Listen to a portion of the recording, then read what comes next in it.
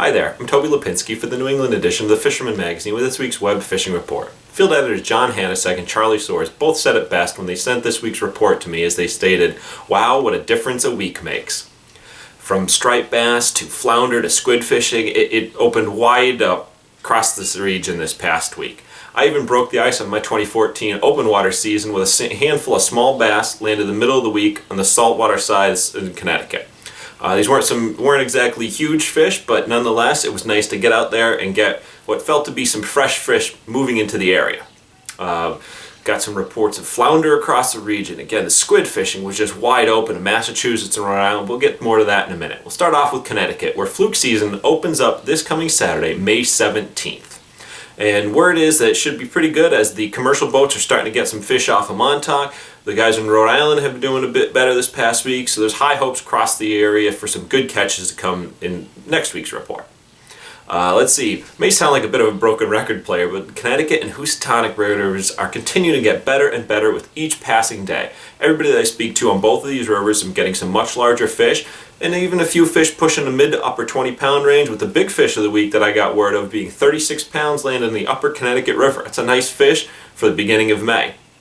Bobby J's got word of the first week fish of the season over at the West Haven Sandbar, and I even saw some photos, a couple of my friends getting some fish, including Mike Roy of Real Cast Charters. Just this morning on Monday, posted up a nice week fish he landed from shore, so it's just about time to get out there and try to get a couple of those week fish for the season. Bobby J's also reports that there's been some unfortunate happenings on the Housatonic River, where guys have been seen snagging herring and using them as bait, as well as keeping a lot of undersized striped bass. But just to let you guys know, the DEP has been notified and they've been handing out some hefty fines. So obviously we do not condone such actions. However, we're happy to see the DEP getting involved and taking care of business. Got our first report from the Blackhawk for the season, and they indicate that their new boat is going strong. Some excellent catches on some jumbo porgies already, so that's good to hear that that's starting.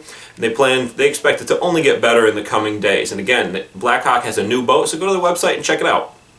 Moving over to Rhode Island, a big word this week was squid, where I talked to some guys that went over to the Newport area. A couple of my friends went out Wednesday night, and they got over 250 big tubes for the bucket.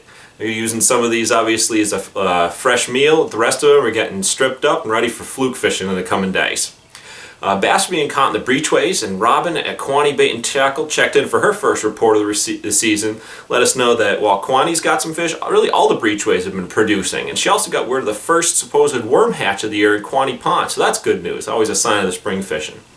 On the fluke side, both the 7Bs and the Francis fleet, some much improved action the past week out around Block Island. This is good to hear. We got the squid that I just noted moving in, so the big fluke are starting to feed on them, and the waters are warming up, so it's just helping things along. And as far as the squid, the Francis fleet has also begun to sail on their night squid trips, so check out their website for a sailing schedule.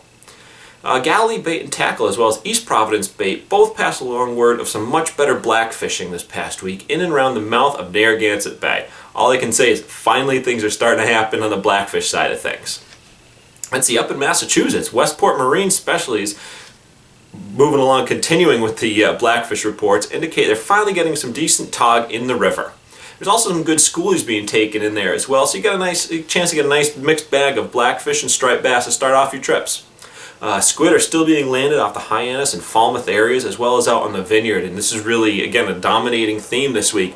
Getting reports as well as seeing videos and photos of just some amazing squid catches, something we haven't seen the last couple of seasons. Hopefully this bodes well when the big bass and bluefish find these squid and move in and put on the feed bag.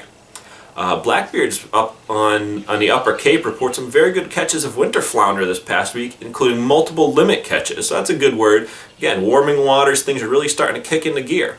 On the flounder scene, continuing with that word, Captain Jason Colby of Little Sister Charters passed along word of some much improved action on the Deer Island Flats this past week, and even had his first full boat limit of the season on Saturday's trip. That's good to hear. Hopefully I'll get out in the coming days with Jason and catch some flounder myself. Lastly, Cayman Charters and the Yankee Flute continue to both have great success on the Gulf of Maine groundfish, and despite the recent tightenings of regulations on both cod and haddock, they're still able to put together a very good catch, a lot of limit catches going around, so it's well worth the shot to get up there and get in on some tasty fish. So there you have it. That's this week's web fishing report. For more details, as always, check out thefisherman.com with the weekly fishing reports. I'm Toby Lapinski for the Fisherman magazine, wishing you tight lines on the water.